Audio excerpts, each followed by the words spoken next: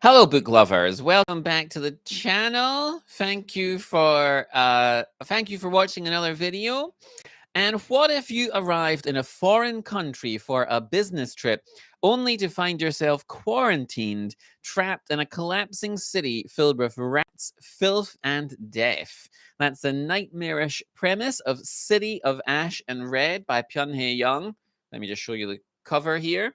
City of Ash and Red by Pyun Hye-young. And it's a disturbing mix of horror, speculative fiction, and psychological thriller. This novel has been compared to both Franz Kafka and Stephen King, but why should you read a book that is, quite frankly, one of the most disgusting and unsettling novels I've ever read? So let's find out. So, yes, today's book is City of Ash and Red by Pyun Hye-young, translated by her regular translator, Sora Kim Russell. And Pyun is a Seoul-based writer who made her debut in 2000 with the Seoul Shinmun award-winning short story Shaking Off the Dew. And since then, she's published several short story collections and novels. I've already reviewed some of them elsewhere on the channel. She's a winner of several prestigious Korean literary awards, the Isang Literary Award in 2014, the Hyundai Moonhak Award in 2015, and many more.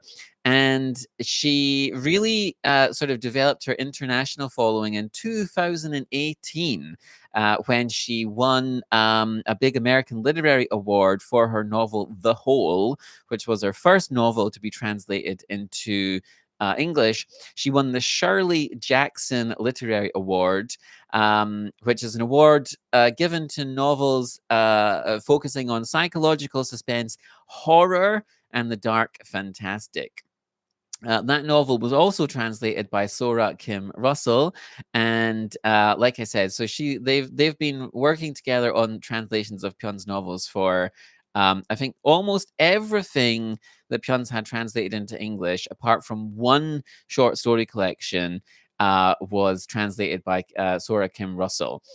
And Kim Russell has also one of the big translators working at the moment, and has we've reviewed some of her other translations by writers such as Hwang Sok-young and Shin Kyung-suk, and you can find those on the channel too.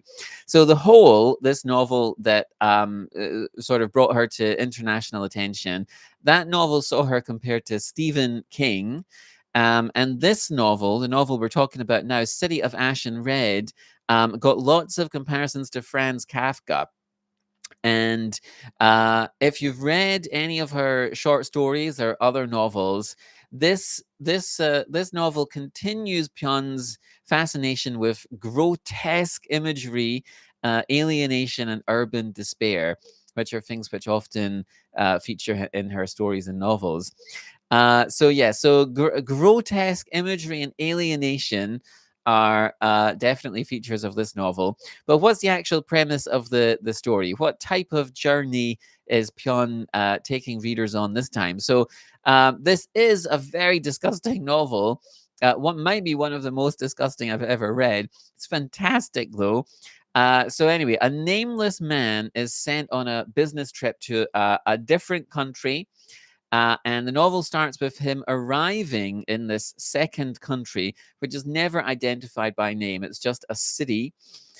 When he arrives there, there's this contagious virus which is spreading around the country, and he's immediately put into quarantine when he arrives. He is subsequently sent to an anonymous apartment building where he has to remain for several days in quarantine.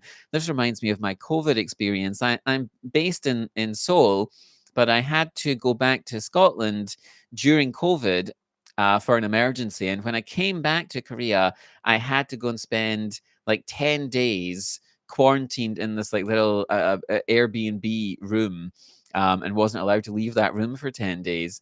But I think this novel. Oh wait, I haven't got. But I believe. Why don't I have the details? So let me just very quickly check. I'm pretty sure City of Ash and Red was written before COVID. Written before COVID. Where is it? Come on. Dun, dun, dun. Sorry, hold on one second. I should have had this information on. Yeah, right. 2010. 2010. The Korean title is Chehwa Balgang. And yeah, so well before COVID started. So very interesting.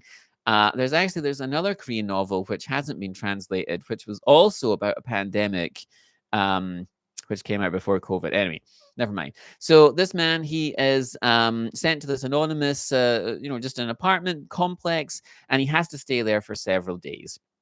However, the man is immediately disturbed and disgusted by the state of the city he's in. There's garbage everywhere, rats crawling everywhere, and society seems to have broken down whilst the virus is spreading. There's dead bodies in the street. Policemen or government soldiers or troops wander the streets in hazmat outfits, and he's alone. He's scared, and he doesn't really understand what is happening in the city. And so from this point, the man tries to survive through a series of harrowing and increasingly disturbing and disgusting experiences. But at the same time, there's also a series of flashbacks that reveal more about his life back in his own country. And the reader is sort of taken along on the man's nightmare sort of journey, this surreal nightmare like experience he's having. Uh, so you might be asking, if this novel is so disgusting and such a traumatic experience, why would you want to sign up for it? Why would readers want to sign up for this experience? Kind of an interesting question. This is a novel that blends many elements and genres. I saw one review which called it a platypus, which I thought was nice. So it has elements of horror, sci-fi, and speculative fiction. And I think technically, though, it's classed as a thriller on some online bookstores. But here's the thing, right? It does all of those things fantastically. Great thriller, great horror elements. It's absolutely gripping. I genuinely found it to be a page turner. It's such a bizarre setup and situation, and I couldn't wait to find out what was going to happen to the man. Like, what is he going to do? And Pyun introduces elements that change the sort of seriousness of his situation, of the threat level of his situation. But she does this so carefully that it's extremely compelling. Like, there's a certain point in the novel where it just sort of kicks up into another gear. Very, very, very enjoyable. And in terms of atmosphere, every page just drips with unease and fear. You have genuine horror.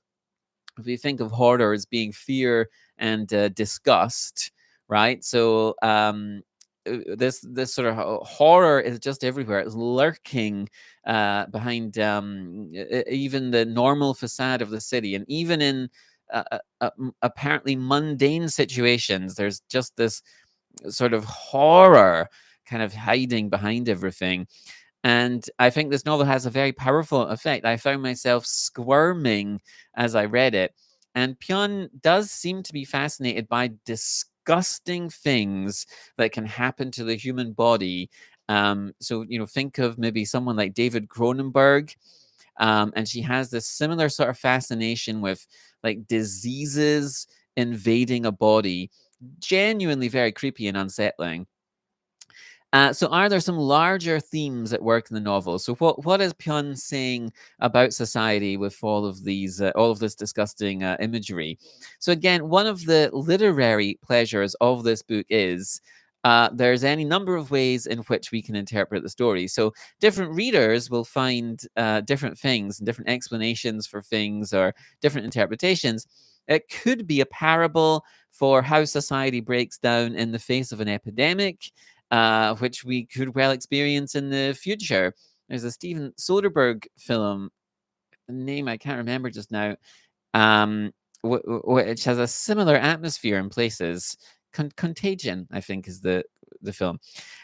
You could also read it as just a study of the banality of evil, the evil that lurks in the heart of office drones everywhere, just waiting for the right set of circumstances to come out. it could be about the way, it could be about the increasing alienation of people living in grim urban conditions and sprawling mega cities. And of course, one of the strengths of the story is just that this variety of meanings can be found in the story. You can make a convincing argument for any of these. So, honestly, I enjoyed this novel much more than The Whole. So The Whole is Pyun's novel, which a lot of people really rave about. I enjoyed this significantly more. Really is a kind of out there piece of fiction. Pyun has a unique voice. She's a great writer. But I suspect there might be quite a lot of readers who will not enjoy this book. If you sort of go in expecting traditional thriller elements, there are the bones of a thriller in there, but you might be disappointed if you're looking for a thriller. If you're open to a weird, disturbing story, then you should definitely take a chance on City of Ash and Red. So, what do you think? Have you read City of Ash and Red or any of Pyon's other novels or short stories? Do you enjoy books that push the limits of psychological horror and urban despair? Please let me know in the comments. And if you enjoyed this video, don't forget to like it to support the channel, subscribe for more Korean literature and deep dives, and hit the notification bell so you never miss a new upload. And as always, thanks for watching. Take care, and I'll see you in the next video.